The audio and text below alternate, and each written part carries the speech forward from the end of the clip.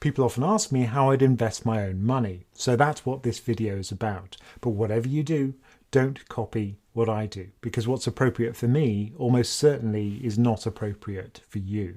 What I would like you to take away is the approach to investment, what variables to look at, how to diversify and keep your risk under control, but also keeping things as simple as possible. Now, if you want to keep abreast of all the market variables I'll be talking about, they update on a much more frequent basis than these videos. So you can subscribe to my weekly roundup, which looks at market variables and discusses them and what they mean for your portfolio. I'll add a link to the video so that sign up is really easy. And now let's take a look at my portfolio in a bit more detail. This is not a recommendation. If you want advice tailored to your specific circumstances, seek independent financial advice. Let's look at what's changed since Q3 2019.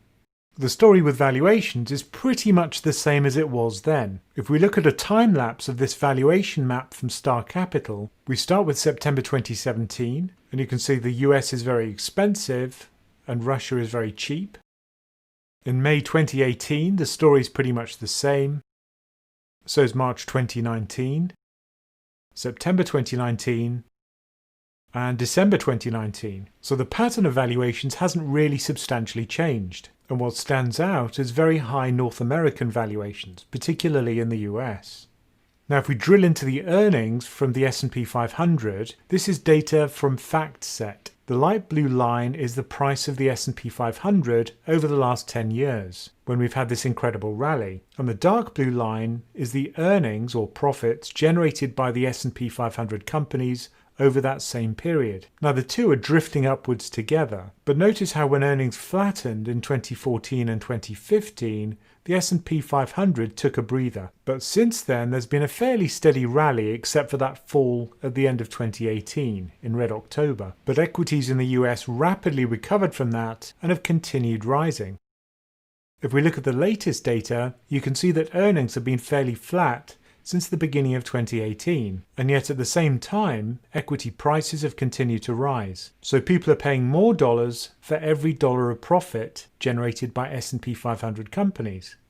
If we look at the trailing 12-month price to earnings ratio, which is the price of the S&P 500 divided by the profits over the last 12 months, that's currently at fairly elevated levels. It's above the 10-year average valuation and it's above the 5-year average valuation. But that's a backward-looking measure. So sometimes we look at the forward-looking price-to-earnings ratio, and that's based on broker forecasts, or in other words, guesses, of what's going to happen to S&P 500 earnings. Now, the brokers are usually quite optimistic about what will happen with earnings growth. So usually the forward valuation is lower than the trailing valuation. The forward PE is also above the 10-year average and above the 5-year average. So however you look at it, the US is looking extremely expensive. So I'm very tempted to reduce my equity allocation because the US now has much less fundamental support in terms of profits, and it wouldn't take much of a trigger to get a correction. So it'll be interesting to look at the Q4 earnings season for 2019, and the reporting of that will start about now in the middle of January 2020. And that'll give us a much clearer picture as to whether earnings growth is going to accelerate to meet prices.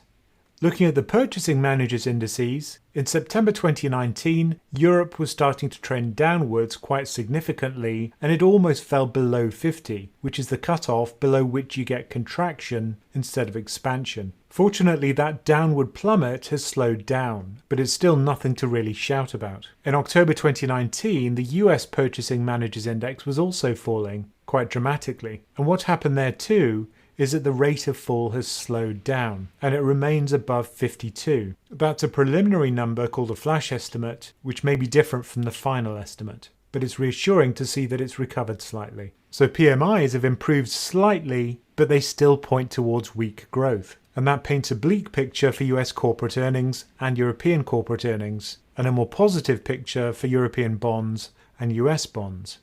In September 2019, the Chinese PMI was 51.9, and in December that rose to 52.6. So again, slightly more positive, but still not an incredibly positive reading. But that's hardly surprising given what's been happening with trade with the US.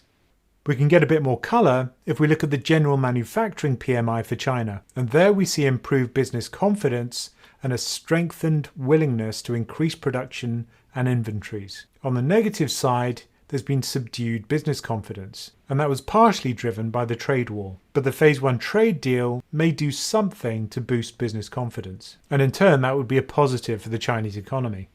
A key number to watch is the US non-farm payrolls, which is the number of jobs added to the US economy. When it goes negative, it's a sure sign that the US is going into recession. And since 2013, it's been at a fairly brisk average pace of over 200,000 new jobs every month. You can see that the number varies hugely from month to month, so I also take an average of that number over a 6-month period. That's the red line. And that too has increased slightly since the last time I looked at my portfolio. At that point it looked like it was on a downward trend, but more recent data have shown it's improved slightly. So US employment is also painting a slightly more positive picture. There's certainly no reason to worry about an imminent recession based on that data.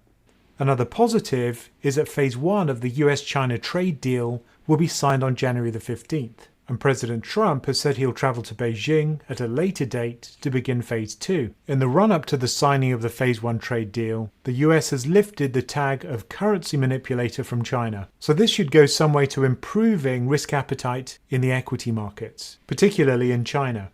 If we look at the VIX index, which is also called the fear index, and that's a measure of implied volatility in the US equity market, that was fairly low throughout 2019 as we got a very strong equity rally. And it remained low going into the beginning of 2020. In the US credit market, it's interesting to look at the BAA corporate bond spreads, and that tells you how much you're paid to take US corporate credit risk. Now, when credit risk is seen to be increasing, that would spike upwards, because you'd expect to be paid more to take credit risk when the risk of default is higher during a recession. But that credit spread has been falling fairly steadily throughout 2019, despite the fact that leverage is increasing. And if you look at my video on the 2020 economic outlook, you'll see a lot of central banks are flagging the US corporate bond market as one which is overvalued and where there's too much leverage. So that might be cause for concern if you're exposed to the US high yield market, or some say even the US investment grade market, where a lot of debt is rated BBB. Now let's look at policy developments from central banks. After a period of fairly steady rate rises since 2017, the Fed put those hikes on hold in 2019 and then started to cut. And in 3 successive meetings, it then decided to cut rates, a total of 0.75 percentage point. At the latest meeting, they decided to leave that policy rate unchanged. They now say that their economic outlook remains a favourable one. A primary reason for that is that household spending has been strong. As we saw from the payrolls data, the US job market is still healthy. Incomes are rising, albeit at a slightly lower rate, and consumer confidence is still strong, which supports that critical US service economy. The negatives are weak business investment and weak exports. Manufacturing output has also been in decline over the last 12 months, and the US is also affected by global factors, so sluggish growth abroad and trade developments have been weighing on particular sectors, and the Fed's expectation for GDP growth is a fairly modest 2%. But it's certainly not a case of expecting a recession, at least not yet. The European Central Bank has also cut rates recently. You can see the deposit rate is negative and becoming more negative, and Christine Lagarde is now the ECB president. At her first monetary policy meeting, she said that they've kept the key ECB interest rates unchanged. On 1st of November, the ECB restarted their quantitative easing program, which they call their APP, their asset purchase program, at a pace of 20 billion euros per month. And that'll run as long as necessary in order to get inflation back up to that 2% target. However, it looks like inflation is just refusing to go back up to that 2% level, and growth in the euro area remains weak. But it's not all doom and gloom. Employment growth and increasing wages are both positive signs for the Eurozone economy. The Bank of England raised bank rate to 0.75% in 2018, and it's been there ever since. However, 3 Bank of England policymakers have hinted at a possible rate cut, so it may be that the Bank of England will follow the Federal Reserve and the ECB in cutting rates. If that does happen, it would tend to weaken the pound. And for UK sterling investors, that makes their foreign investments increase in value. And it could also be good for your bond holdings, because as yields fall, bond prices rise. Now let's look at the market changes.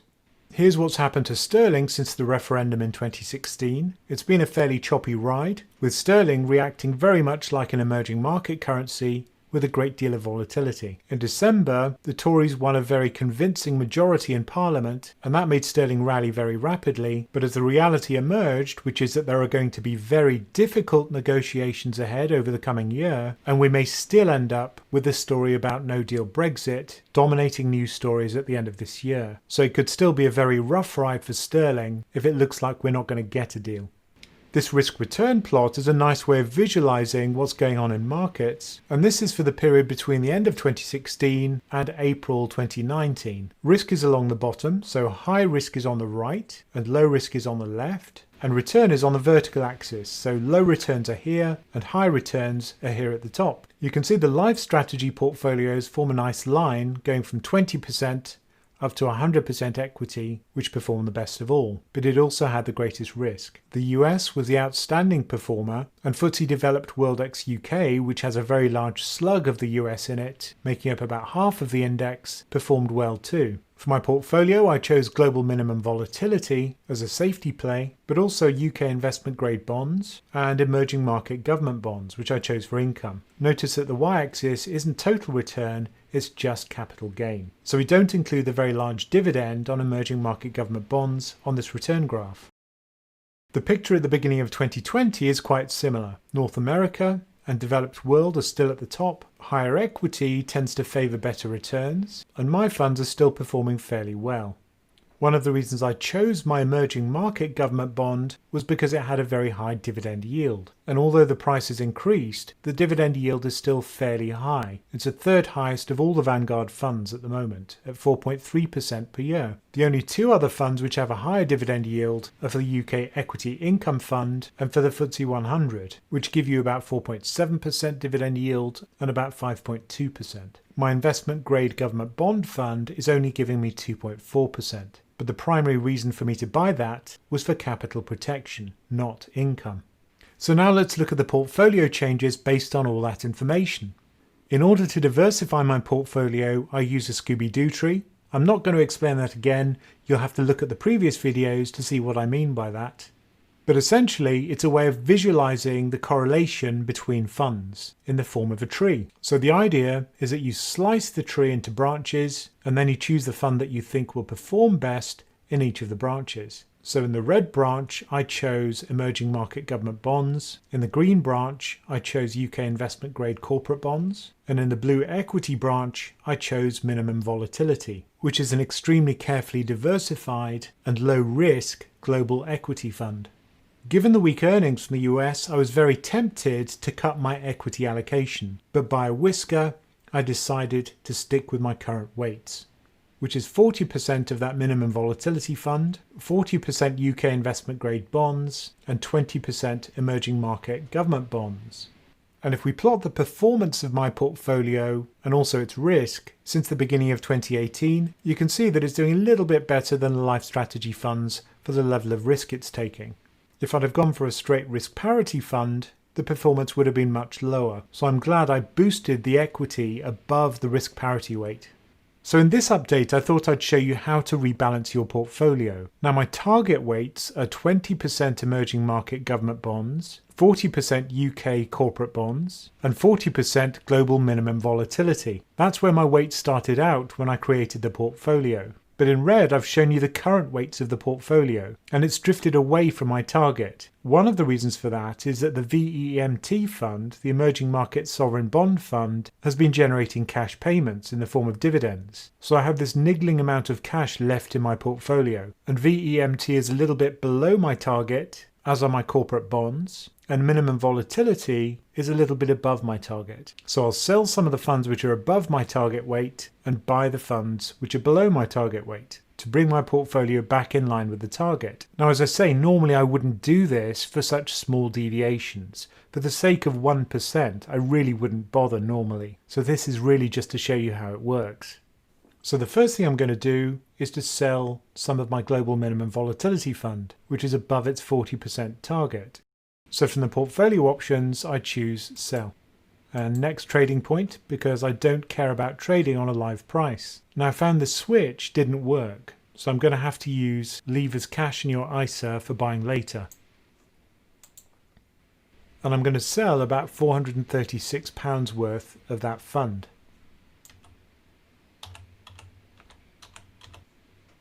And I'll submit that trade. So you can see I've got that pending sale of the minimum volatility fund, and I'm going to have to wait until that completes before I have the cash in my account to buy more of the other two funds. So we'll come back to this once that trade's gone through. Now that the sale's gone through, you can see that my minimum volatility fund is at 40%, which is exactly where it should be. And the next step is to buy more of the funds which are underweight, the investment grade bond fund and the emerging market government bond fund. But the prices have changed since yesterday, so to get the numbers right, I'm going to enter the value for the funds as they are now. And here are the amounts I have to buy for those two funds given the updated prices. So I'll go to Portfolio Options, Invest, next trading point. So I'll round the numbers down a little bit so that I'll have enough cash to leave a little bit of margin for error. 729 and 574. And I choose next. Payment method, and I'll use my available cash and confirm. I've already read the key investor information documents for those funds, so I'll tick that box and submit the trade. And that's it. The orders have been submitted. And when we look at this again tomorrow, we should see that the portfolio has been rebalanced. And here's my Vanguard account after one day, and I just got tired of waiting. One of these trades hasn't gone through yet for the UK investment grade bonds, but you can see that the other two funds are almost exactly at 40% and 20. And when this trade goes through, this will be very close to 40%. So that's how you rebalance. So there are lots of reasons out there to grow more cautious, and a primary one is the US corporate earnings.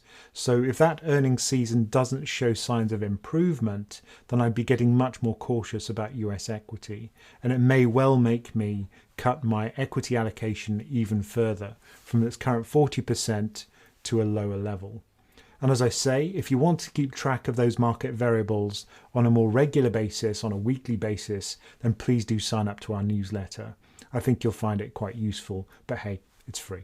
And if you do want to support us, then consider signing up for Patreon. It's just $5 a month, and you get to join us on Slack, ask questions anytime you like, and also to join our Sunday evening call and to get access to all the backlog of previous calls for just $5 a month. A great bargain. So as always, thank you for listening.